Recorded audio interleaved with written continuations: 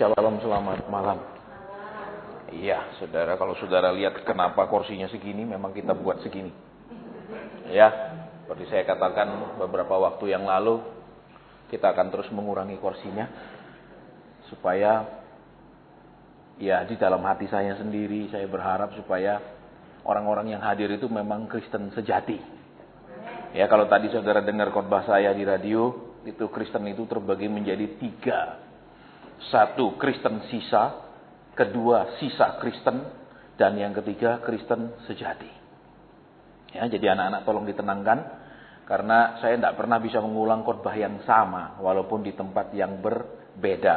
Jadi kalau terlalu banyak noise, terlalu banyak gangguan, terpaksa saya tidak bisa muat di website saya. Sehingga khotbah saya buang. Ya, dan saya tidak bisa mengulang-ulang khotbah yang sama, saudara. Ya, baik. Jadi tadi kalau saudara dengarkan yang pertama itu ya 5.000 orang yang ikut Tuhan Yesus sampai ke Kapernaum itu kan, saya sudah dikasih makan, dia ikut terus ditegur keras. Begitu ditegur keras 5.000 minggat, kembali sisa 12. Ya, itu jenis Kristen yang mau ikut menurut maunya sendiri, mau ikut karena mendapat keuntungan dari Tuhan, mau ikut karena ya dia rasa Tuhan itu sesuai dengan kebutuhannya. Mereka lapar dikasih makan, maka mereka ingin menjadikan Yesus raja. Tetapi ternyata ketika mereka ikut, Tuhan bicara tentang harus makan dagingnya dan minum darahnya. Ya, khotbah lengkapnya nanti saudara dapatkan di website kalau saat ini tidak sempat dengar di radio. Dan mereka mundur. Itu adalah Kristen sisa. Saudara, artinya Kristen yang sudah afkiran, Kristen yang sudah tereliminasi, Kristen yang tidak masuk pilihan, Kristen sampah. Yang kedua, sisa Kristen. Jadi orang-orang Kristen yang sudah diproses, orang-orang Kristen yang sudah dididik, orang Kristen yang sudah mengalami banyak hal, baik itu padang gurun, padang pasir, maupun padang rumput. Ya, mereka tetap bertahan, maka mereka menjadi sisa Kristen. Sementara yang lain sudah lenyap, mereka masih tersisa ikut Tuhan. Itulah sisa Kristen. Tetapi di antara yang sisa Kristen ini pun masih ada satu yang ternyata ikut Tuhan itu tidak pernah mengalami perubahan. Tetap ikut, ditegur keras pun tetap ikut, tapi tidak pernah berubah. Yang namanya Yudas, tetap jadi maling. Ya, saudara. Jadi ini kategorinya juga susah. Ini dikategorikan apa kalau yang begini? Tetap ikut tapi tidak ada perubahan. Tetap mau dengar firman yang keras, dia tidak pergi, dia tidak minggat, dia tidak tersinggung. Karena firman itu memang tidak pernah masuk di hatinya. Jadi dia tidak pernah tersinggung. Mau pendetanya khotbah sekeras apa? Ya saya tetap datang. Kenapa? Karena tidak masuk di hati saya. Tidak menyinggung saya. Karena saya mati rasa. Sudah tidak ada perasaan apapun. Tersinggung pun. Saya tidak merasa Tuhan segur saya. Mungkin tetangga saya. Itu saya ya jahat. Tapi tidak kelewat jahat. Misalnya gitu. Itu jenisnya. Jenis Kristen Yudas. Saudara. Kemudian yang terakhir adalah murid-murid. Ya, yang sisa 11 itu. Kalau saudara pergi Israel. Sempatkan berkunjung ke ya, gereja makam Maria. Tidak salah, saudara. Saudara bisa bayangkan, ya, kalau seorang ibu melahirkan anak dan anaknya dibunuh di depan matanya. Bisa bayangkan? Sementara dia sudah demikian taat. Ya, ketika dia masih muda, dia pun mengalami ancaman ketika taat mau mengandung bayi Kristus. Dan dia lihat sendiri anaknya terbunuh. Betul? Waktu di kayu salib Tuhan bilang, ibu, itu anakmu. Dia serahkan ibunya untuk Dia serahkan ibunya untuk dirawat oleh murid. Saudara bisa bayangkan seorang ibu melihat anaknya dibunuh di depan matanya. Betul? Kita kadang-kadang tidak bisa melihat, saudara, kelebihan daripada orang-orang yang diceritakan di Alkitab. Ya, kita seringkali sudah menghakimi dengan doktrin. Sama, saudara. Saya berapa kali bawa grup ke Israel, 6 kali saya bawa. Itu kita kalau pergi ke Mesir, wow, anti sekali sama Mesir. Wow, padahal saudara, kalau saudara perhatikan, mujizat-mujizat terbesar itu semuanya terjadi di wilayah Mesir. Nggak ada terjadi di wilayah Israel. Selesai mereka masuk Israel, nggak ada lagi mananya. Tiang awan, tiang apinya nggak ada. Hilang semua. Selesai. Tapi segala yang berbau Mesir anti sekali, saudara. Ya, karena mereka tidak mengerti. Ya saya bilang, ya sudahlah. Mau apa? Karena pendetanya ngajar Mesir itu simbol dunia. Mesir itu simbol gini. Sik tahu. Justru Kadang-kadang orang yang sudah merasa di Kanaan itu sebenarnya mereka masih di Goshen, tidak pernah bergerak keluar dari sana. Karena mereka nyaman di zona nyaman mereka. Mereka nyaman dengan pengertian mereka tentang Tuhan yang baik, yang akan menjawab, menghindari segala masalah, yang sudah menanggung segala penderitaan sehingga mereka tidak perlu menderita lagi dan lain-lain. Itu Kristen Goshen dan mereka di Mesir. Tidak pernah keluar dari sana. Ya. Jadi pada malam ini kita mau belajar. Ya, kembali saudara. Makanya saya katakan remnant, sisanya Kristen yang sejati. Karena kalau Kristen Yudas tetap datang tapi tidak ada perubahan. Ya, beberapa bulan ini saya mengalami banyak kekecewaan sebagai hamba Tuhan. Bukan karena Tuhan tidak jawab doa saya, bukan karena Tuhan tidak berkati saya, bukan. Ya, karena saya melihat sendiri orang-orang yang rajin datang dari berjinah tetap berjinah, tidak pernah berubah. Tetap pergi berjinah, tetap punya selingkuhan dan tidak berubah, tetap datang. Saudara bisa bayangkan, ya. Apa yang dia dengar selama itu? Ya, dan itu bukan satu orang. Saudara yang seperti tetap punya selingkuhan, tetap punya teman untuk berzina. Dia merasa tidak apa-apa Tuhan, tapi tetap datang ke persekutuan. Sehingga Tuhan, ya, terus orang yang tetap hanya datang tidak pernah mengalami terobosan doa. Hanya inti utamanya masalahnya. Saudara, terobosan doa bukan berarti doa saudara dijawab. Tetapi fokus doa saudara dan prioritas doa saudara berubah. Itu namanya terobosan doa. Artinya kalau saudara pertama datang untuk mencari jawaban, terus saudara doa lama-lama, saudara cari Tuhan. Jawaban nanti nomor sekian. Itu namanya mengalami terobosan doa. Dan saya melihat Tuhan, kok tetap aja itu terus. Ya. Kemudian orang-orang yang tidak tulus, saya melihat tetap tidak tulus. Ya, saudara, orang-orang yang kelakuannya sama istri tetap kasar, ya saya lihat tetap kasar. Sehingga saya katakan, Tuhan, saya ini tidak ada gunanya sudah melayani. Saya ini hamba yang tidak ada gunanya. Kenapa? Saya ngajar tidak ada satu orang pun berubah. Percuma Tuhan. Saya katakan. Terus saya bilang sama Tuhan, kalau Tuhan tetap biarkan saya kembali ke perhotelan dan pariwisata, saya sanggup mengajar orang yang paling bodoh untuk bisa membangun sebuah travel yang besar. Saya akan bisa mengajar dia dari nol. Saya katakan kalau Tuhan biarkan saya terus di perhotelan, saya bisa ngajar orang yang paling bodoh untuk jadi manajer hotel, untuk mengelola hotel. Tapi saya engkau jadikan saya hamba yang tidak berguna. Ya sampaikan gini ya. Ya saya lihat tidak ada perubahan. Sampaikan gini. Sehingga Tuhan saya ini tidak ada gunanya sudah melayani. Buktinya kan tidak ada Tuhan. Tidak ada yang berubah ya Tuhan. Terus saya share sama istri saya katakan, aku ini hamba yang tidak berguna. Tidak ada saya lihat yang berubah ketika saya layani. Terus kalau Tuhan tanya besok, apa hasilmu melayani? Ya tidak ada Tuhan, bodoh. Tetap yang jinah, ya selingkuh, yang selingkuh, mata duitan, tetap mata duitan. Sama semua Tuhan. Ya. Jadi saya bukan kecewa, tidak dibikin kaya, terkenal, bukan. Ya. Terus istri saya jawab cuma satu kata, the remnant. Dalam bahasa Inggris remnant artinya tersisa. Begitu dia katakan the remnant, saya langsung diingatkan Tuhan. Elia bilang, Tuhan, aku dah tidak kuat. Sisa aku sendiri. Semua itu sudah nyembah berhala. Dia bilang, tidak. Ada 7.000 orang masih sisa. Terus Tuhan ingatkan juga. Ketika semua meninggalkan Yesus, masih ada 12. Walaupun satu telur busuk. The remnant. Baik saya katakan. Dan itulah yang akan kita temukan nanti. Semoga di persekutuan ini. The remnant. Baik, sekarang kita mau buka kebenaran firman Tuhan. Ya. Kitab Ayub. Kalau Ayub sudah tahu lah saudara ya. Tidak usah panjang cerita. Itu Ayub itu cerita penderitaan kok. Ya tak? Betul? Itu Ayub cerita penderitaan, cerita proses, cerita perubahan otak, pengenalan akan Tuhan, pengertian akan Tuhan. Bagaimana orang yang selama di proses Tuhan punya tuduhan macam-macam kepada Tuhan dan lain-lain.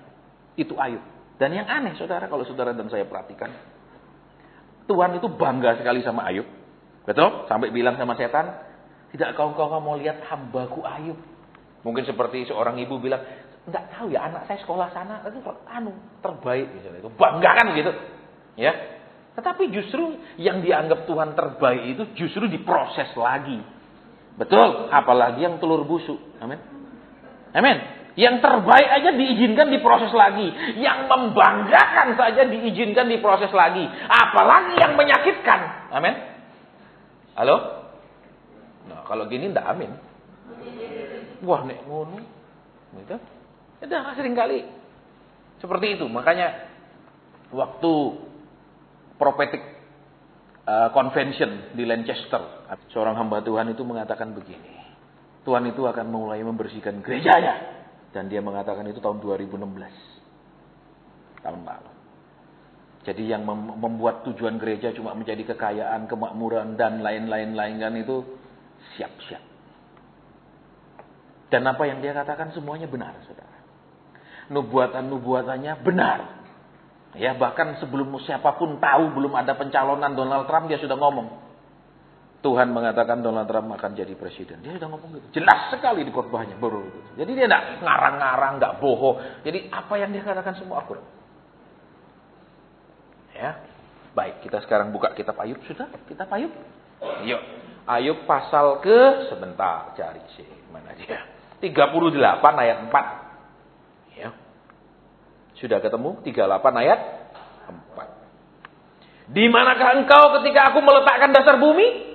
Ceritakanlah. Kalau engkau mempunyai pengertian. Baik, saudara, saya akan buka ke Alkitab kesayangan saya.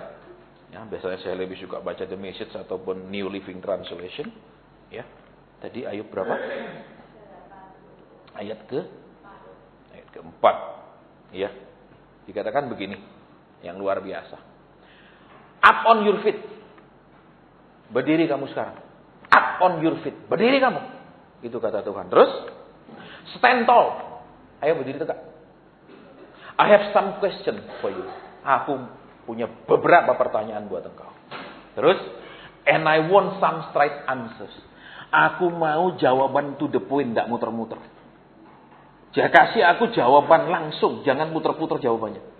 Ya, where you are when I created the earth? Di mana engkau waktu aku menciptakan bumi? Tell me, kasih tahu aku.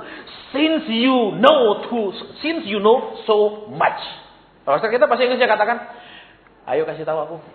Di mana kamu waktu aku menciptakan bumi? Dikasih tahu aku karena kamu tahu terlalu banyak. Saudara, kalau bahasa Inggris itu dengan jelas dikatakan, Tuhan punya pertanyaan karena Ayub merasa dirinya tahu terlalu banyak. Berarti kalau dia tahu terlalu banyak, maka dia harus bisa menjawab pertanyaan karena dia tahu. Dia merasa tahu. Dan saudara perhatikan, ya. Kalau di pertanyaan selanjutnya dikatakan, who decided on its size? Siapa yang menentukan ukuran bumi itu seberapa? Tidak ada yang tahu. Betul? Ayub pun tidak bisa jawab ukurannya seberapa, betul?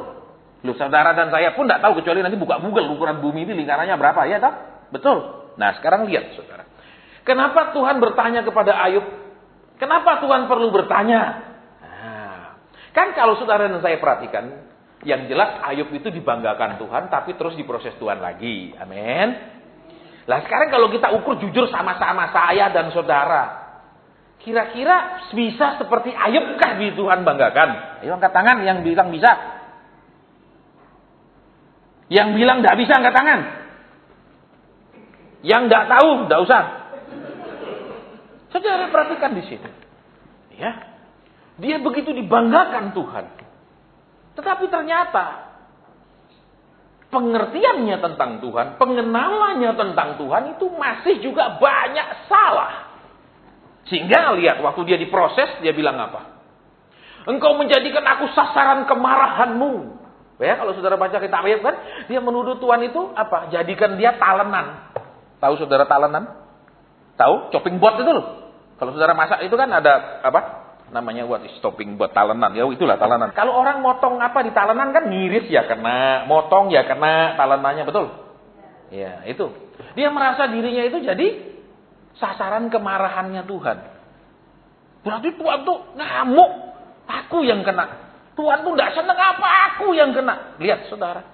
Dia orang yang berkenan bisa menuduh Tuhan hal-hal yang salah. Bisa berpersepsi, menganggap hal-hal yang keliru tentang Tuhan. Ini saudara. Padahal saudara dan saya perhatikan hidupnya sudah berkenan. Tetapi pengenalannya masih salah. Makanya masih suara, Tuhan kenapa kau belum jawab? Terus apa? Tuduhan macam-macam. Ya toh? Amin. Langsung nuduh. Perpuluhanmu kurang banyak. Ya, itu paling gampang. Saya masih ingat satu orang kaya di salah satu kota. Dia sakit. Begitu datang ibadah, pendetanya langsung ngomong, kamu sakit karena perpuluhan. Itu bukan pendetanya, maaf kata, punya karunia kenabian, punya karunia perkataan pengetahuan. Tapi karena di gereja itu sistemnya punya data lengkap tentang kode perpuluhan jemaat. Ngerti? Jadi saudara itu dikasih kode. Jadi saudara tidak boleh tulis nama. Di tempat saya dulu tidak boleh tulis nama. Jadi dari nomor induk jemaat itu, terus nanti dikasih ini loh, kode saudara ini. Tidak boleh ganti kode sendiri, harus pakai kode itu. Sehingga tiap bulan saudara dimonitor kasih atau enggak. Jadi begitu sakit, ini perpuluhan. Saya mau tanya, yang bayar perpuluhan dijamin tetap sehat? Berani jamin? Kenapa dia tahu? Lah karena dia sistemnya begitu, bukan karena punya Tuhan ngomong dia ada gitu. Tidak ada, saudara. Ini zaman ini musuh ruwet zaman sekarang. Ya, dia sakit hati, saudara. Ya, kenapa sakit hati? Ya karena merasa kok perpuluhan yang ngomongnya. Ini baru orang batuk nanti ingetin perpuluhan, nah, supaya tidak TBC. Ya. Itu perpuluhan aja. Saudara pikir Tuhan itu mempan disogok? Betul? Ada satu orang yang pilihan Tuhan pernah berusaha menyogok Tuhan, namanya Saul. Betul? Dia merasa dengan memberikan persembahan, Tuhan senang. Datang Nabi Samuel bilang apa? Adakah Tuhan menyukai persembahan daripada mendengarkan Tuhan? Betul? Dia merasa kasih duit, Tuhan senang. Kasih duit, oh beres. Tuhan tuh tidak mata duit. Orang super kaya. Beda dengan orang kaya dunia, saya sering bilang. Betul? Kalau orang kaya dunia seringkali tambah kaya, tambah pelit. Terus terang saya bilang. Loh, saya ngomong fair, saudara. Terus terang. Dari pengalaman pelayanan saya tahu. Karena merasa apa? Orang kaya itu merasa 1 juta adalah 1 miliar. Buat orang yang dia beri. Buat dia ini sudah banyak sekali. Gitu loh, saudara. Ya, makanya saya kadang nggak peduli lah. Ya. Padahal saya bilang kalau dia memberikan untuk Tuhan, ya dia beri 1 juta, saya terima dari Tuhan 1 juta. Gitu gampang. Jadi dia memberi ke Tuhan, saya terima dari Tuhan. Selesai dong. Betul saudara? Tidak boleh loh, kok cuma 1 juta? Loh karena dia memberi ke Tuhan. Tapi kalau dia hitung, saya sudah memberi Bapak, tolong layani saya. Tolong jawab saya. Tolong doakan saya minta jawaban sekarang. Oh, saya mau ngomong, kalau Anda begitu berarti Anda tidak memberikan ke Tuhan. Berarti Anda memberikan ke saya langsung dan Anda merasa membayar saya. Tapi kalau mau serahkan ke Tuhan, berapapun saya terima. Karena dia beri ke Tuhan, saya terima dari Tuhan. 100.000 pun terima kasih. Tapi kalau mau hitungan, saya sudah kasih Bapak. Jawab. Ada orang-orang yang merasa karena sudah pernah mungkin menabur, pernah membantu persekutuan. Terus kadang-kadang, aduh. Saya nggak bisa, saudara. Kenapa Bapak cuekin saya? Kenapa Bapak tidak jawab WhatsApp saya? Ada. Makanya kadang orang memberi itu bukan kepada Tuhan, tapi sebagai upah kepada hamba Tuhan. Terus karena itu dia bukan juga memberi sebagai persembahan, tapi memberi sebagai investasi untuk mengikat hamba Tuhan itu.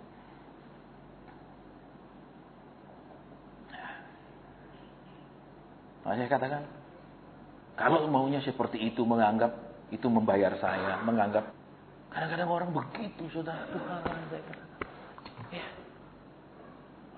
Dalam situasi saya terpuruk ketika, yang saya layani mata duitan tetap mata duitan. Ya, yang kasar sama istri tetap kasar sama istri, yang hobi berzina tetap piara selingkuhannya, tidak mau lepas. Kan masa sulit buat saya. Tuhan, kok gini Tuhan? Apa? Jadi aku ini tidak ada gunanya melayani. Sulit, saudara. Ya, saya perlu juga sampaikan di sini. Kalau kita lagi berduka, kita tidak bisa doakan orang lain, saudara. Tapi orang tidak mau tahu. Kenapa saya nggak dijawab? Kenapa?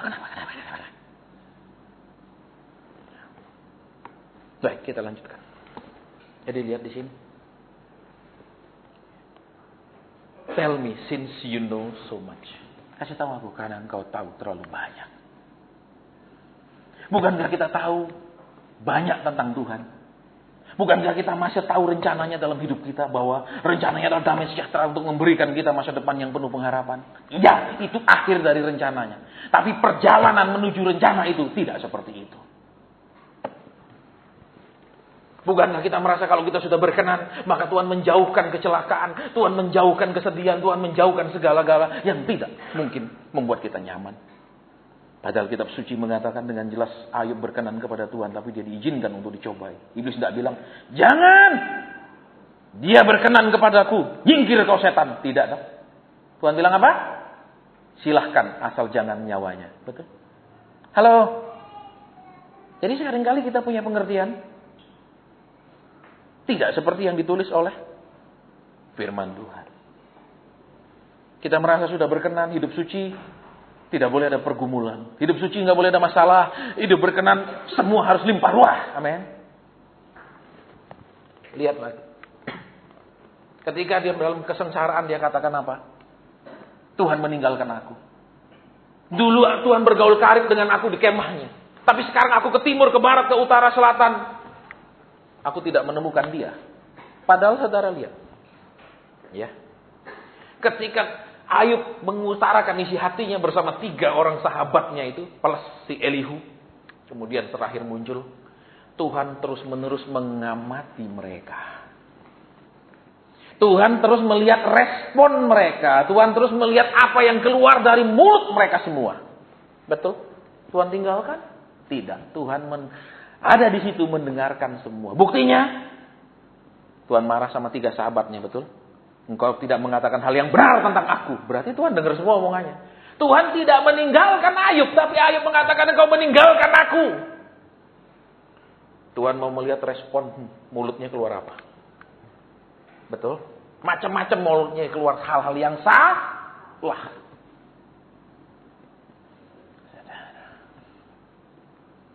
Terus, ya kadang-kadang kenapa kita salah? Karena pengertian kita tentang Tuhan, pengenalan kita tentang Tuhan masih perlu lebih dalam lagi, lebih dalam lagi, lebih dalam lagi.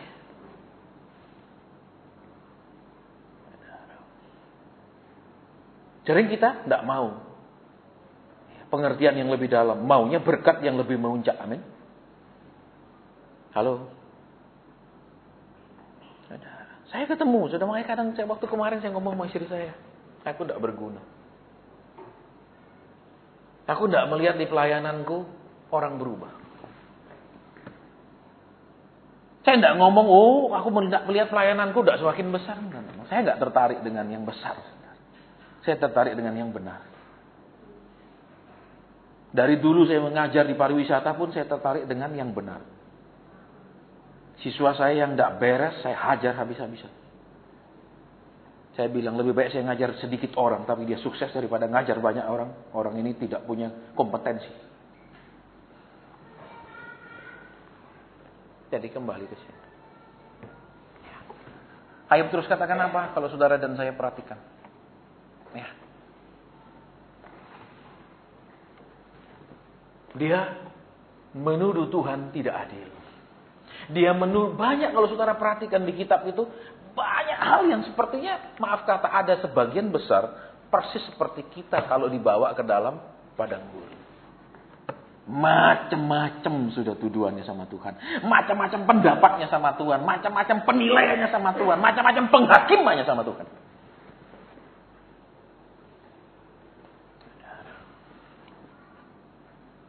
Terus perhatikan kembali. Terus Tuhan bilang kamu berdiri sekarang. Karena kan mereka duduk tuh 7 hari 7 malam. Betul? Duduk deh. Karena kamu berdiri. Aku mau tanya kamu. Berarti apa? Tuhan izinkan dia terus mengeluarkan isi hatinya yang sebenarnya. Tuhan mengizinkan dia mengeluarkan kualitas imannya dia yang sebenarnya ketika dia dicobai. Dan akan tampak kualitas seseorang rohaninya bukan ketika dia sedang, maaf kata, enak-enak kelihatan glory, haleluya, puji Tuhan. Ketika semuanya buruk, kelihatannya bagaimana? Memang nanti ada ujian dalam kelimpahan, itu yang paling sulit.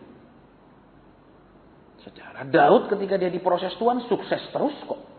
Begitu dia sudah menjadi raja, bahkan kalau saudara dan saya perhatikan dia punya kerajaan-kerajaan taklukan, mungkin istilahnya itu bisa dipakai dia menjadi kaisar karena dia membawa sekian banyak kerajaan-kerajaan Edom dan lain-lain itu semua takluk kepada dia. Di situ dia jatuh. Betul? Itu ada ujian. Kalau ujian yang mudah, ujian penderitaan saja kita tidak lulus, ujian kelimpahan tidak mungkin lulus.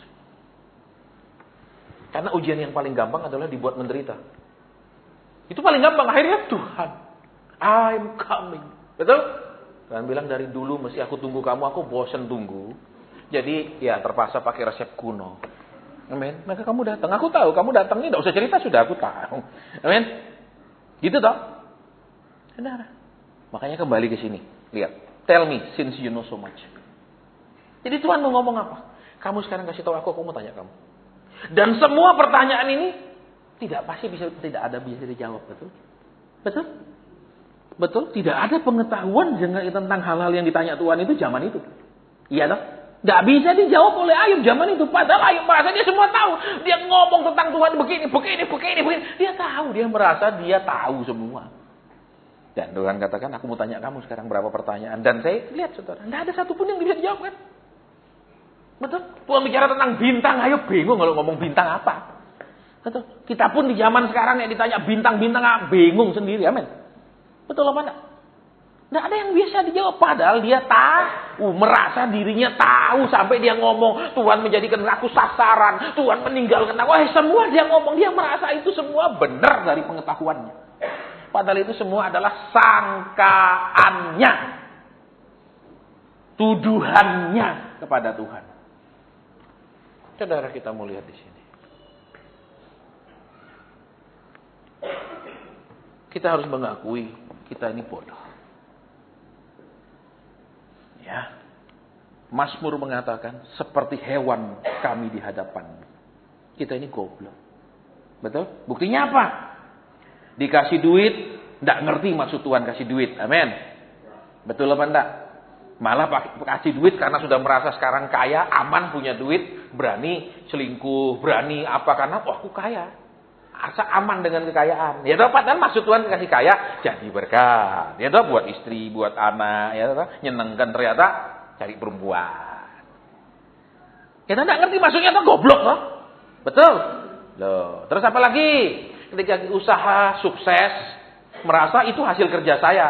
Istri saya tetap saya batasi pemakaiannya. Nah, itu juga goblok, enggak ngerti, ya toh.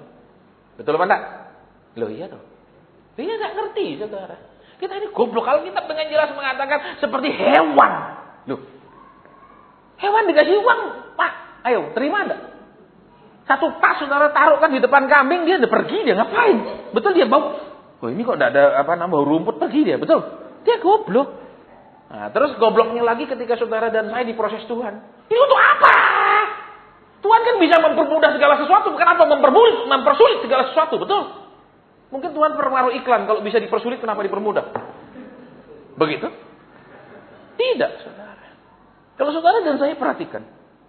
Ujian yang paling gampang adalah ujian penderitaan. Banyak sekali orang lulus.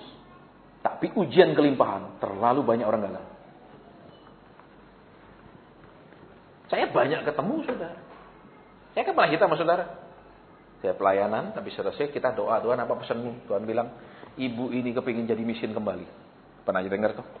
Kaya itu saudara, mobil up Jerman kabeh. Rumahnya, wah tuh itu bukan gini, itu marmer. Wong sugih. Lagi ingin miskin. Ya, selesai bubar, saya tanya, maaf ya Cik, Tuhan bilang begini. Iya lah, saya tumben ketemu cuma satu orang yang miskin, saudara. Sampai hari ini pun di sini persekutuan tidak ketemu saya. Tidak ada. Jadi cuma satu tuh manusia super langka. Ternyata kan benar. Ternyata waktu suaminya masih ikut orang, jadi kuli, makan gaji.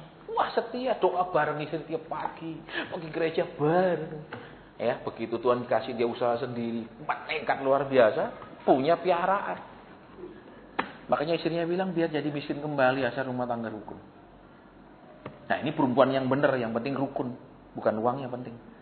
Betul? Tak apa-apa lah dia diurus orang lain. Yang penting kan saya jadi orang kaya. Nah, ini perempuan tidak normal.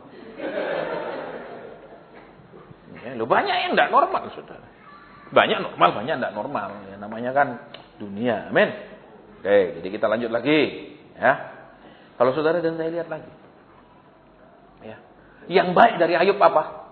Kemudian dia mengatakan, aku berbicara tentang hal-hal yang aku tidak tahu. Nanti saudara baca di pasal selanjutnya dia bilang, aku tuh bicara tentang hal-hal yang aku tidak tahu. Sekarang aku menutup mulutku.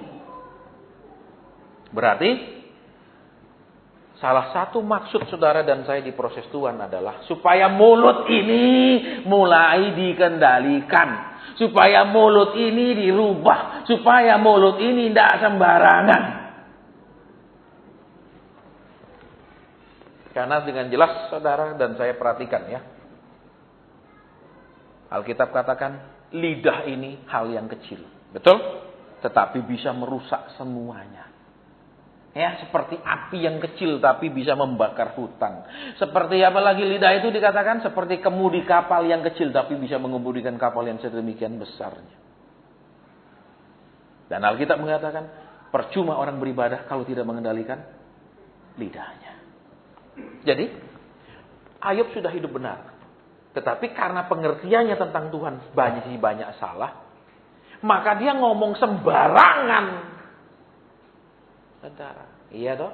Terus apa? Merasa Tuhan tinggalkan dia. Padahal Tuhan ada di situ memperhatikan. Nah, nek kamu tak gini, no, reaksimu apa?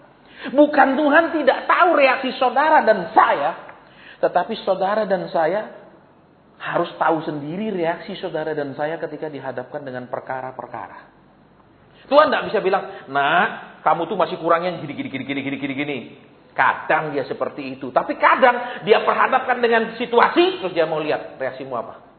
Supaya saudara dan saya melihat sendiri. Ternyata reaksiku seperti ini. Kita seringkali tidak mengenal diri kita sendiri. Kita merasa kita kuat. Kita merasa kita sudah benar. Kita merasa macam-macam. Suatu keadaan, suatu ujianlah yang akan menunjukkan apa yang sebenarnya. Sulit.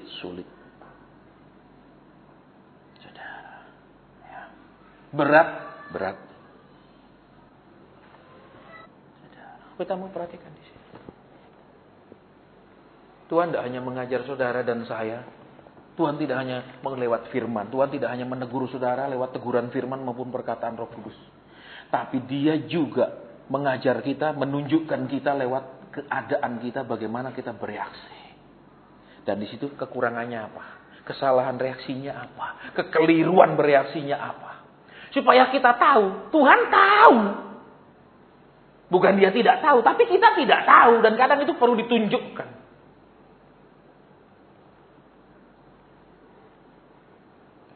Sekarang, kalau kita renungkan, waktu aku diproses, reaksiku gimana?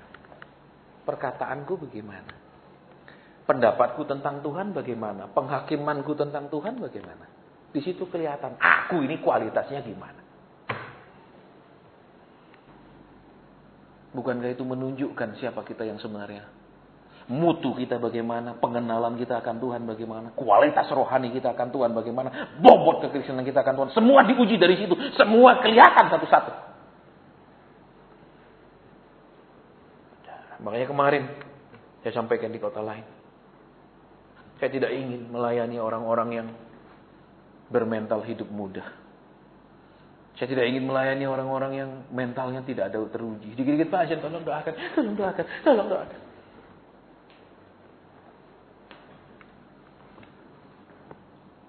Kenapa? Karena senang tidak senang di zaman akhir, Tuhan tidak pernah menurunkan kualitas mutu yang dia inginkan. Tuhan tidak pernah bilang, ya karena semakin jarang yang masuk surga, sudah syaratnya dikurangi semua biar rame. Amin? Tidak ada. Tidak ada kan? Betul? Tidak pernah ada. Kembali ke sini. Ya.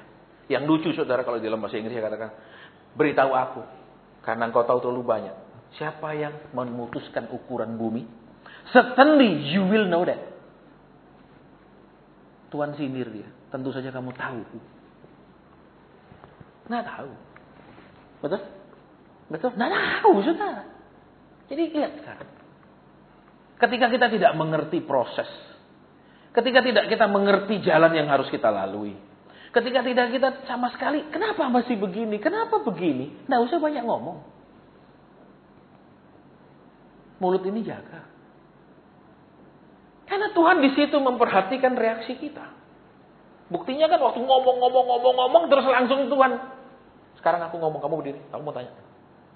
Tidak ada ayat mengatakan, maka kemudian Tuhan datang kepada Ayub mau nanya. Tidak ada. Betul. Tapi kemudian apa? Jelas sekali, langsung di dalam badai Tuhan bertanya kepada Ayub. Tidak ada. Apa?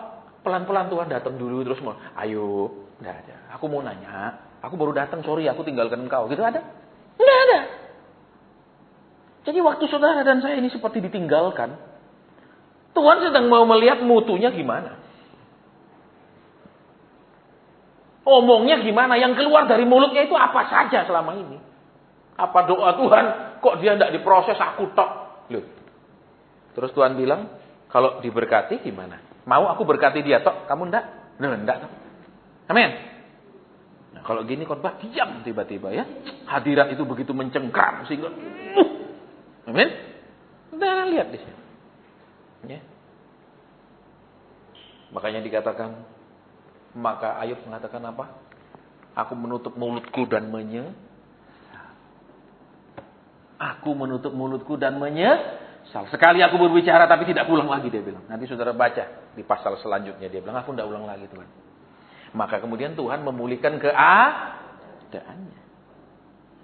Jadi selama mulut kita ini masih tidak beres, Tuhan tidak bisa pulihkan keadaan kita. Ya, jelas itu saudara. Selama kita tuduh Tuhan macam-macam. Selama kita kira Tuhan bisa begini, maaf, tidak pulih. Walaupun saudara ikut pengurapan, pemulihan dan lain itu omong kosong. Kok pasien ngomong tegas, saya tegas saudara. Saya banyak melayani jemaat yang terkenal dengan pelajaran kemakmuran. Tapi jemaatnya datang ke saya rata-rata kiri. Lucu toh? Katanya ngajar kemakmuran, kok jemaat itu banyak kiri. Lah lucu toh? Itu janji dari mimbar. Makanya saya berani ngomong. Kalau dia bilang, kok berani ngomong lah, khotbah-khotbahku di situ rekamannya kok, aku rekam pakai video lagi. Mau nyangkal aku khotbah sering di gerejamu. Baik, kembali ke sini. Waktu kita diproses, keluar apa di mulut? Bapa, aku tidak mengerti, tapi kuatkan aku. Atau kenapa Tuhan masih begini? Waktu kita berdoa belum dijawab, kok lama sekali Tuhan tidak pedulikan ke penderitaanku? Terus waktu kita berdoa sebentar, tidak usah tuntut aku berdoa lama, aku tidak bisa. Tapi aku tidak bisa nunggu lama, betul? Doa lama nggak bisa, nunggu lama juga nggak bisa. Amin. Betul, saudara. Kemarin di hotel saya bawa, saudara, di tas saya itu banyak video-video khotbah yang sudah saya masukkan di flash disk. Ya, yang saya bawa biasanya itu khotbahnya Derek Prince. Ya, dia KKR di mana itu khotbahnya banyak di berupa video. Kalau saudara mau copy boleh. Tapi semua dalam bahasa Inggris ada terjemahannya. Dia mengajar ya tahap-tahapan kekristenan. Ya. Dan ternyata saudara, tahap yang tinggi sekali levelnya itu adalah daya tahan, endurance. Jadi tidak dijawab tetap bertahan. Keadaan tambah buruk tetap bertahan. Keadaan tidak berubah tetap bertahan. Endurance itu tinggi sekali nilai. Ya tulis level-levelnya. Baca ayat ini, buka ini. Baca ini level tertingginya. Wow. Terus yang tertinggi itu adalah kesabaran. Kesabaran nunggu. Sampai Tuhan menggenapinya dan merubahnya. Kalau iman semua kita beriman, amin. Aku percaya Tuhan sanggup merubahnya, amin. Semua percaya? Tapi nek nunggu 10 tahun. Nek nunggu 20 tahun. Nek nunggu 30 tahun. Masih bisa sabar?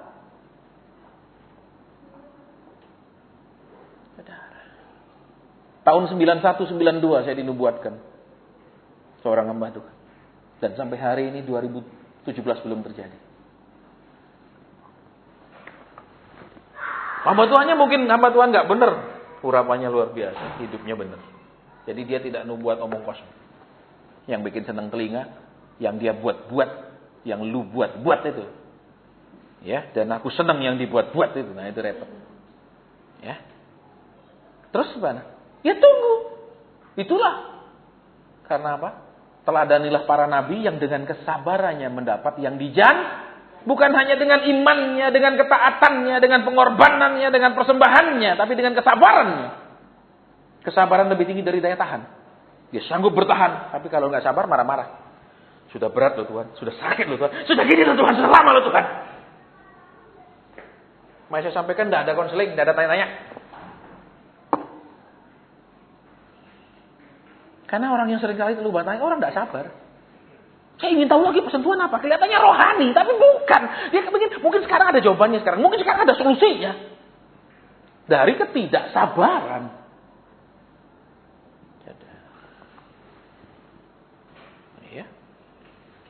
Jadi, dosa nanti tambah sepi ya, enggak apa-apa tambah sepi. Yang kita cari the remnant kok.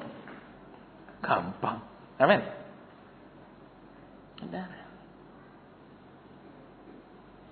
Loh kok enggak keren loh Pak? Khotbah sedikit sekali keren. Bapak jadi terkenal kalau kemarin ya, dalam perjalanan saya satu kota saya ditelepon. Pasien, tolong datang Pak, kami undang, kita mau syukuran. Ya, nubuat Bapak yang Bapak sampaikan itu terjadi Pak.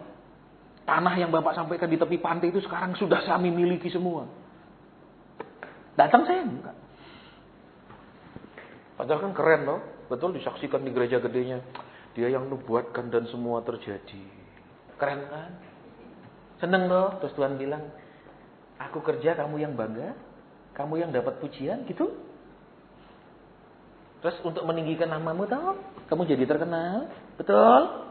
Kamu jadi terkenal, orang tidak berani kasih kamu sedikit. Amin. Kamu puas dengan berlimpah-limpah, betul gitu? Nah, datang.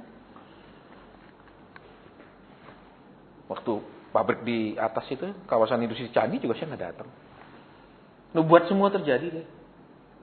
Apa yang disampaikan semua terjadi. Pasen, ini loh perluasan pabrik sudah jadi. Kita mau peresmian, Pak Asen harus datang meresmikannya. Saya mau undang semua supplier. Saya nggak datang. Untuk apa? Terus datang terus ini loh yang menubuatkan. Terus pengarah pengusaha kan, wah ini orang bisa bikin orang lebih kaya, maka saya akan dicari. Dia tidak mencari Yesus, tapi dia mencari kekayaan.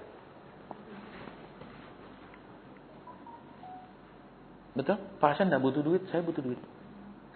Tiap bulan saya harus bayar listrik, bayar air di rumah, bayar telepon, ya toh. Semua itu butuh duit, saudara. Tiap hari untuk makan pakai duit, tidak bisa pakai doa, amin. Bisa pakai doa makan.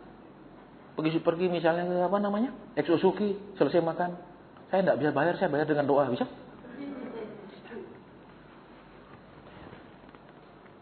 Terus kok bisa begitu Pak? Proses. Betul?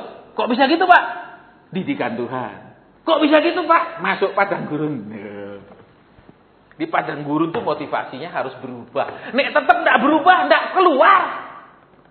Loh, orang Israel kenapa mereka masuk ke padang gurun, tidak pernah keluar dari padang gurun, tapi mati semua di padang gurun? Motivasi mereka tidak pernah berubah. Kita keluar dari Israel, Mesir ini mau cari enak, betul? Keluar dari perbudakan mau cari hidup enak, terus tiba-tiba Tuhan ajak perjalanan yang tidak enak, ngamuk terus sepanjang jalan, betul? Saudara pikir saudara dan saya ikut Tuhan itu untuk cari enak tok? Persis seperti orang Israel waktu lewat padang gurun, tidak, dididik supaya habis itu baru dikeluarkan dari padang gurun. Ini dididik, tolong Pak doakan. Loh, belum masuk kok sudah tolong doakan. Halo? Ini baru saudara, ya, yang namanya padang gurun kan itu menyeberangi apa? Laut Teberau, baru itu wilayah padang gurun. Ini baru keluar dari Goshen menuju Pihahirot. Ini belum padang gurun, masih wilayah Mesir semua. Akunya emang sudah saya juga padang gurun Pak. Apa nih padang gurun? Ya, pikirannya tidak padang-padang, petang terus. Petang dedet, amin. Anda lihat di sini. Ya.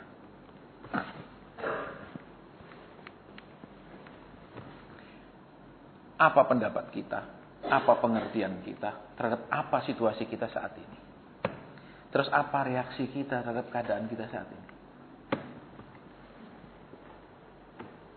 Tuhan mengawasinya dan merekamnya. Halo. Terus saudara, Ayub bikin salah-salah, tapi kenapa Tuhan tidak tegur? Malah yang ditegur teman-temannya. Karena sikapnya, betul? Nanti saudara buka di pasal selanjutnya 40 berapa tuh? Dia katakan, aku sudah berbicara hal-hal yang tidak aku ketahui. Dia tahu, dia ini sok tahu. Ngaku tuh, aku ini sok tahu. Sekarang aku buka mulut, sekarang aku tutup. Berhenti, aku sadar. Makanya ketika kita mengakuinya, Tuhan tidak ungkit bilang kamu tetap salah. Karena kita sudah mengakuinya. Nanti kalau saudara bergaul dengan Tuhan, ketika saudara mengakui kita salah dan lain, Tuhan tidak pernah bilang, kamu salah. Tidak. Saya pernah. Ketika saya berdoa saya katakan, Tuhan, saya masih banyak kelemahan, masih banyak kekurangan, karakter saya masih tegur saya. Berhari-hari, berjam-jam setiap hari saya duduk untuk menunggu teguran. Dan saya tidak pernah ditegur. Sampai suatu hari saya bilang, Tuhan, tegur saya. Begitu banyak kelemahanku dan aku tahu, aku sendiri tahu kelemahanku, Tuhan. Aku sendiri tahu karakterku, aku tahu, tegur. Roh Kudus jawab apa? Kamu sudah sadar saja, aku sudah senang. Makanya tidak ditegur. Makanya saudara lihat, sekalipun Ayub ini apa? Tuhan sindir halus, tapi Tuhan tidak tegur-tegur selanjutnya loh. Karena dia ngaku salah. Iya, aku salah. Aku ngomong terlalu banyak yang aku tidak tahu. Aku sudah buka mulut, sekarang aku tutup dan aku mengatakan aku menyesal. Selesai. Just lihat seorang bapak. Kalau anaknya bilang, ya Pak, aku salah, aku ngaku, terus apa ya? Sudah tahu disayang lagi tuh. Betul? Tapi banyak juga, ya biar ngaku, kapolok lagi, biar tobat. Nah ini bapak yang tidak ngerti hati bapak di surga.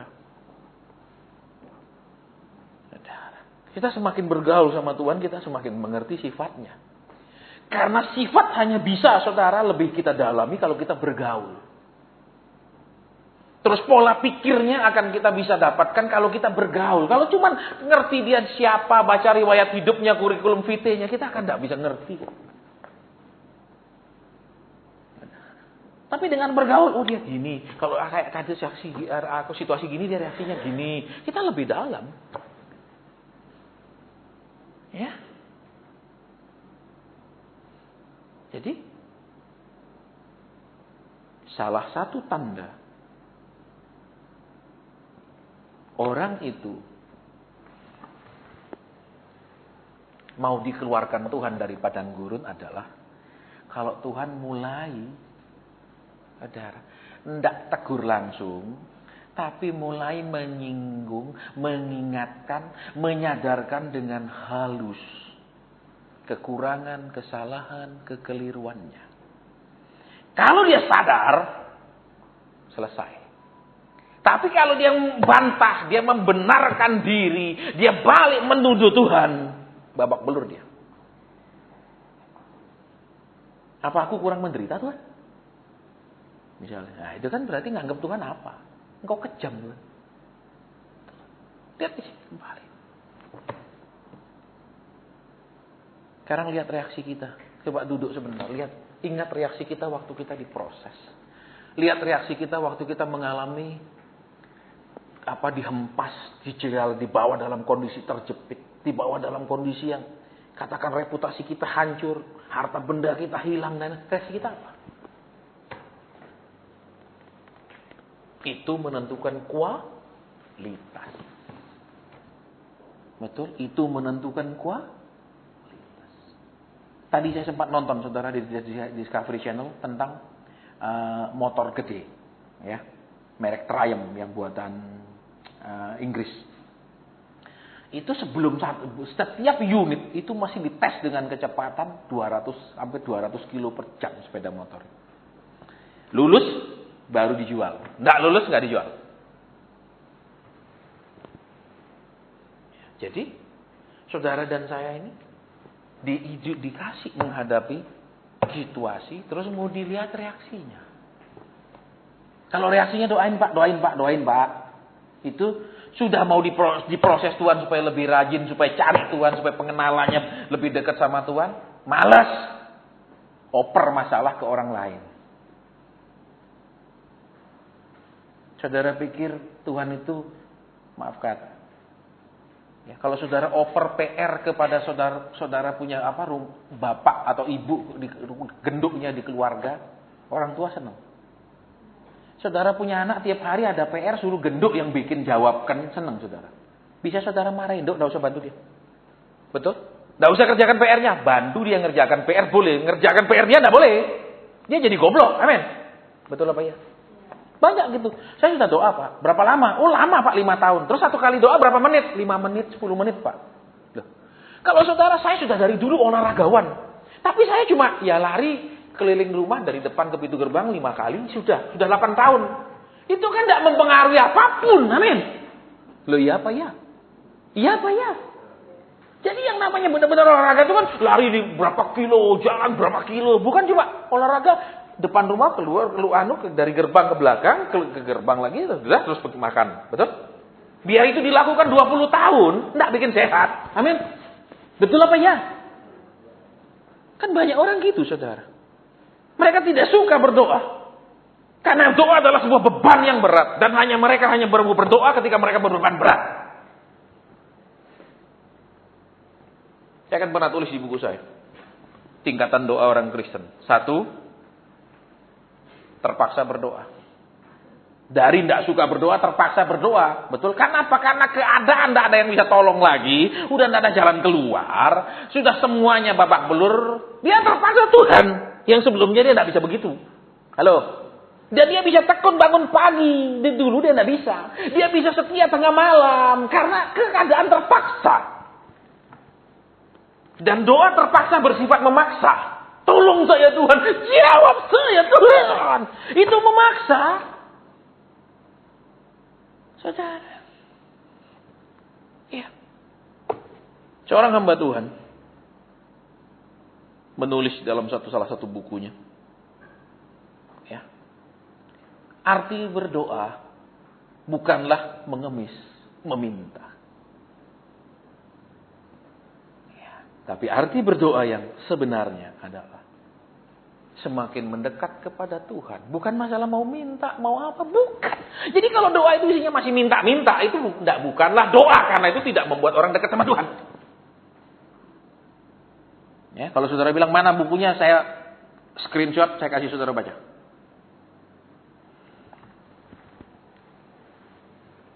Ya. Makanya yuk sekarang. Masih ada sisa. Betul? Bukan Kristen sisa, tapi sisa Kristen. Halo? Halo? Sisa Kristen inilah yang tersisa dari yang tidak lulus-lulus. Gitu loh. Semoga. Amin. Tapi Pak, Bapak khotbah tidak nyentuh Pak, karena tidak jawab masalah saya. Aduh, kadang-kadang itu saudara ya. Sering saya bengong. Saya bilang Tuhan. Tapi ini ngajar rumah Tuhan ini kok gagal terus. Tidak ada yang saya bisa. Ya, yang cuma cari jawaban tetap cari jawaban. Tapi sampai saya di titik itu, saudara, saya bilang aku tidak ada gunanya Tuhan. Saya ngomong gitu, aku tidak ada gunanya.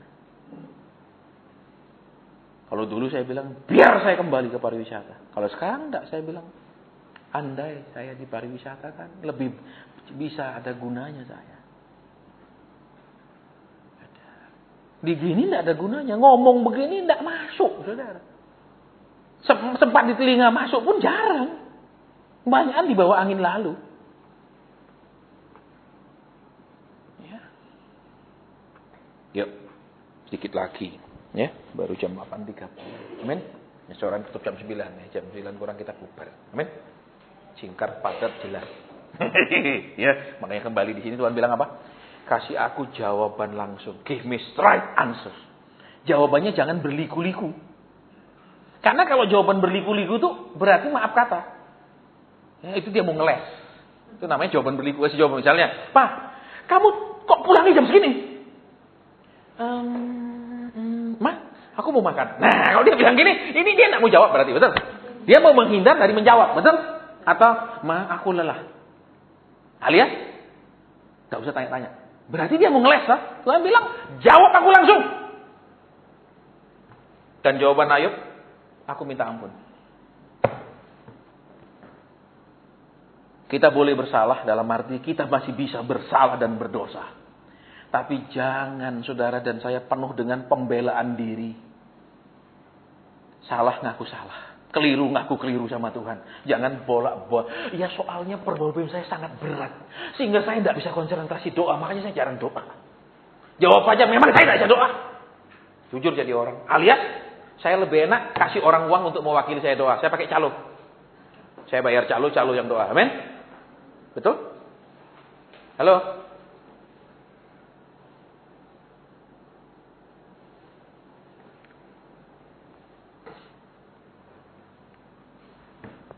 Terus gimana sekarang? Sakit. Yang bilang tidak sakit siapa? Ada. Ya. Saya tidak ada satupun yang saya rencanakan itu terjadi. Saya kepingin kalau saya sudah punya kerjaan, saya mau kasih bagian kong saya. Karena saya cucu sulung. Kemana-mana saya dibawa sama saya punya kakek. Saya cucu sulungnya. Jadi saya masih ingat masa kecil saya selalu nemenin kakek saya kemana-mana. Saya kuliah dia mati. Padahal kalau dia kasih Tuhan agak panjang, saya sudah kuliah, bisa kerja, saya bisa bikin seneng dia. Tidak sempat Tuhan kasih. Nenek saya tidak sempat. Ibu saya tidak sempat. Tapi saya tidak bilang, Tuhan! Saya cuma bilang, jaga saya Tuhan, supaya tidak salah ngomong. Jaga saya. Kita terlalu banyak salah sama Tuhan. Betul. Kalau Tuhan tanya kita jawabannya tidak pernah lurus. Muter-muter. Soalnya gini Pak Asen, saya minta tolong karena saya belum dijawab. Saya butuh dikuatkan. Itu kan jawabannya gini terus. Hanya ular yang jalannya berliku-liku, betul? Betul? Ular bisa jalan lurus nggak? Bayangkan coba ular jalannya lurus gini. Jungkir balik dia. Itu kayak toya, kayak tongkat. Betul? Ular tuh mesti baru dia maju. Amin. Ayo sekarang sama Tuhan lu bisa jawab yang benar. Jawab apa adanya, tidak usah pakai alasan. Ayat bilang, ya sekarang aku tutup mulut. Aku tahu aku terlalu banyak ngomong yang aku tidak tahu. Dia tidak bilang, ya aku begitu karena terlalu sakit Tuhan. Aku begitu karena tidak ada alasan. Halo? Banyak orang karena alasan, mungkin Tuhan ada pesan Pak. Betul, alasannya gitu toh. Kenapa? Karena tidak mau doa dewi, mending tanya pesan terus. Mungkin kan Pak Asen tekanan ini Tuhan mau ngomong lewat Pak Asen, tuh saya tinggal tanya Pak Asen, enak. Ada orang yang terus pakai wakil, belum tentu dikenal oleh orang gitu. Betul. Kalau saudara misalnya, ya, katakan punya usaha tapi selalu pergi nage pakai anak buah. Dia tidak pernah ketemu sama saudara punya partner bisnis itu. Percayalah ketemu di mall pun dia tidak kenal saudara, betul? Karena tidak pernah hubungan, betul? Ya, makanya saya sudah katakan ada konseling titik. Bukan karena apa-apa, saudara. Karena ya saya lihat kok manja-manja banget. Prajurit itu tidak ada manja. Ada. Ini tolong doanya. Ada model prajurit gitu, lemah gemulai gitu. Ada? Tidak ada. Amin. Dia tegas, dia disiplin, dan dia tahu protokoler. Kalau kita tidak tahu protokolernya, pakai wakil, biar Tuhan hambamu yang menghadap, tak tungguin aja, tak intipin, tak janji 10% kalau sukses. Betul? Itu calo kasus, calo pergumulan. Makanya saat ini tidak ada yang begitu-begitu. Halo. Iya. Supaya kenapa? Supaya ini sisa Kristen, bukan Kristen sisa. Ya Kristen sisa yang pikiran semua. Nih, sisa Kristen ini berarti yang sudah pikir-pikir, nah ini sisanya gitu loh. Yang sudah lulus ujian, ya atau sudah diproses Tuhan, sudah dimurnikan Tuhan, sudah ujian tertinggi kesabaran lulus. Halo. Tapi Pak kan Tuhan bisa jawab dengan cepat, bisa, tapi tidak mendidik kesabaran. Halo. Saya sudah doa cukup lama, sudah tekun Pak, tidak mendidik daya tahan. Pak kok pokok bayi tidak enak ini, pendeta lain kok enak Pak. Selesai. Cuma ya kok ngene tok, ndak ono khotbah berkat. Saudara, Tuhan tidak menahan kebaikan kepada orang yang hidupnya tidak dikatakan Tuhan menjawab orang yang hidupnya berkenan. Tidak, Tuhan bilang dia tidak menahan kebaikan kepada orang yang hidupnya berkenan. Berarti kalau orang itu berkenan, tidak usah doa, Tuhan tidak tahan, dibuka-buka kabeh, ini pintu-pintunya dibuka, ini, gitu loh, gampang kok. Saudara, jangan doa minta, karena doa bukanlah sebuah tindakan mengemis atau meminta. Doa arti doa adalah mendekat kepada Tuhan. Jadi kalau ngemis, maaf, tidak mendekat. Itu bukan doa, itu memang ngemis. Kalau minta-minta itu juga bukan doa, itu minta. Ayo sekarang pulang, renungkan. Aku selama kondisi kayak gini, mulutku ngomong apa? Selama kayak gini, tuduhanku kepada Tuhan apa? Pikiranku apa? Terus, aku minta ampun Tuhan. Aku banyak salah. Aku tutup mulut sekarang. Jangan, saya sudah doa Pak, tapi belum dijawab. Tuhan bilang, dia sudah doa tapi tidak tekun. Betul. Memang sudah lama, 8 tahun masalahnya. Tapi doanya tetap setengah jam, tidak pernah naik. Loh. Namanya orang karib itu ngomong berjam-jam. Sudah ngomong sembarang apa saja. Sudah jawab yang bolak-balik. Jawab berliku-liku untuk membenarkan diri. Minta ampun. Ya memang malas doa. Ya memang gak tekun doa. Ya memang. Jangan. Ya anu loh Pak. Anu loh. Jadi muter-muter gitu loh magemulai. Tuhan bilang. Give me the straight answers. Kasih aku jawaban langsung. Jangan muter-muter. Ya. Dan kiranya Tuhan menemukan kita seperti Ayub. Aku minta ampun. Aku terlalu banyak ngomongnya, aku tidak tahu. Terlalu banyak. Ya toh, aku menganggap engkau gini-gini, aku minta ampun. Dan aku tidak ulang lagi. Selesai. Halo? Tidak ada amin dari tadi. Tapi kalau percaya secara tahun ini juga. 2017, betul? Menurut kalender Yahudi ini namanya tahun anu. Betul? Hurufnya adalah begini. Ini adalah simbol. Tuhan tidak bekerja secara massal kepada setiap orang. Tiap orang punya waktunya tersendiri. Tiap orang punya kairosnya sendiri. Tidak ada kairos massal. Orang Israel pun masuk Kanaan. Tanah-tanah itu dibagi. Tidak ada hati yang sama. Betul? Bahkan sesudah pembagian pun ada yang tetap belum dapat bagian karena mereka malas merebutnya. Mereka sudah masuk tapi mereka tetap tidak punya tanah karena mereka malas merebutnya. Mereka pikir sudah masuk diterima dengan enak. Kristen gitu, sudah Kristen, sudah melayani, sudah taat, sudah nurut, semua enak. Tidak dapat, tambah berusaha. Tapi Pak, saya sudah ikut ibadah pengurapan. Silakan pakai urapan. Pada selesai kita mau doa. Kalau ada pesan saya sampaikan. Kalau tidak ada pesan khusus buat pribadi-pribadi, sudah ada pesan umum. Ya, kita kemudian ada makanan ringan di depan, ada minuman ringan. Selamat menikmatinya dan kita bubar. Kita akan ketemu lagi tanggal berapa? Saya tidak bawa jadwal, saya tidak tanggal. Iya, kita akan bertemu lagi tanggal 21. Nek masih mau datang. Ya toh, jangan saya bilang kita akan bertemu, saya bilang, moh aku nek di cuma seneni tok baik, moh. Ya kan berarti, saudara. Jadi kami hamba Tuhan ini bebas. Ini kan persekutuan bebas, betul? Betul apa enggak? Datang enggak dilarang, ya toh? Tidak datang juga tidak dicari. Ya bukan datang tidak diundang, pulang enggak diantar itu saya langkung. Ya, kita mau saudara ingat itu. Indahnya padang gurun, indahnya proses. Kita tahu diri kita itu kayak apa. Saya pun tahu, saya tidak sekuat yang saya bayangkan. Jadi dari itulah, oh reaksi saya ternyata seperti ini. Aku tidak sekuat yang aku bayangkan Tuhan. Jadi tahu sendiri. Jangan Tuhan, kalau Tuhan bilang, kamu gini. Nanti kita anggap, wah Tuhan tuh macam-macam, ya cuma nilai-nilai saya. Tapi begitu saudara sendiri dihadapkan dengan masalah, nilai diri sendiri sudah gitu aja, enak. Betul? Istilahnya self assessment, periksa ulangannya sendiri. Itu loh. Ya, lihat sendiri, kasih nilai sendiri, gitu enak toh. Dipercaya Tuhan loh. Betul, periksa ulangan sendiri, jujur kasih nilai sendiri. Nah. Halo, Pak Tuhan boleh katrol nilai enggak? Enggak pakai katrol. Oke, kita mau doa.